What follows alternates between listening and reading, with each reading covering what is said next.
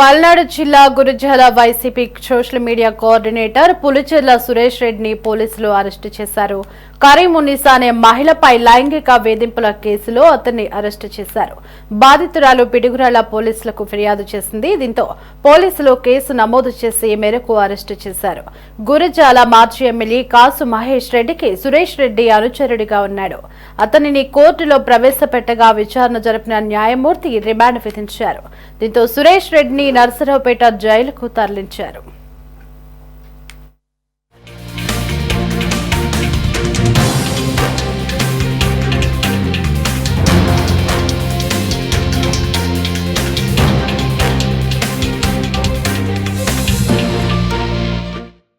అండి నేను నా భర్త తోటి విడిపోయి 5 సంవత్సరాలుగా ఒంటరిగా జీవించుచున్నాను. నాకు 2 పిల్లలండి.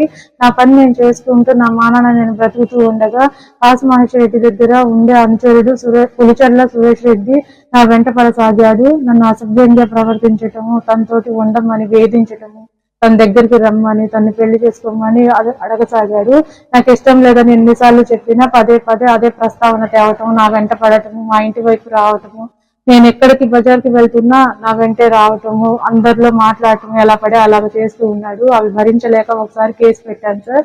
పవన్ సార్ గారు ఉన్నప్పుడు ఆయన వెంటనే 1 గంటలో పిలిపించి అతన్ని మందలించడం అలా చేశారు.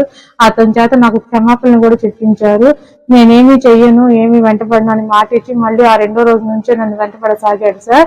నేను మళ్ళీ కాసు మహేష్ రెడ్డి గారి దగ్గరికి వెళ్ళాను సార్. మాజీ ఎమ్మెల్యే గారు అతన్ని అరచుడే కాబట్టి అతను పెట్టిన మెసేజ్లు అవన్నీ నేను జిరాక్స్ కాపీ తీసుకుని సార్ దగ్గరికి వెళ్ళాను.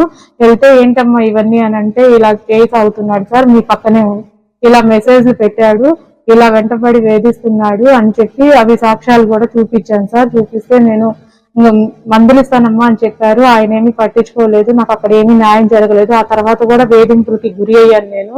ఇలా ఎన్నాళ్ళు సాగాలని ఆలోచించుకొని నాలో నేనే బాధపడి మళ్ళీ కేసు పెట్టడానికి వెళ్ళాను సార్. నాకు అక్కడైనా న్యాయం జరుగుతుందని నేను భావిస్తున్నాను. మీరే ఎలాగైనా నాకు న్యాయం చేయాలి సార్. ఇలాగే నాలాగా ఇంకే ఆడపడిచి బాధపడకూడదు, వాళ్ళు ఇబ్బందులు గురి కాకూడదు సార్. మీరే ఎలాగోలా న్యాయం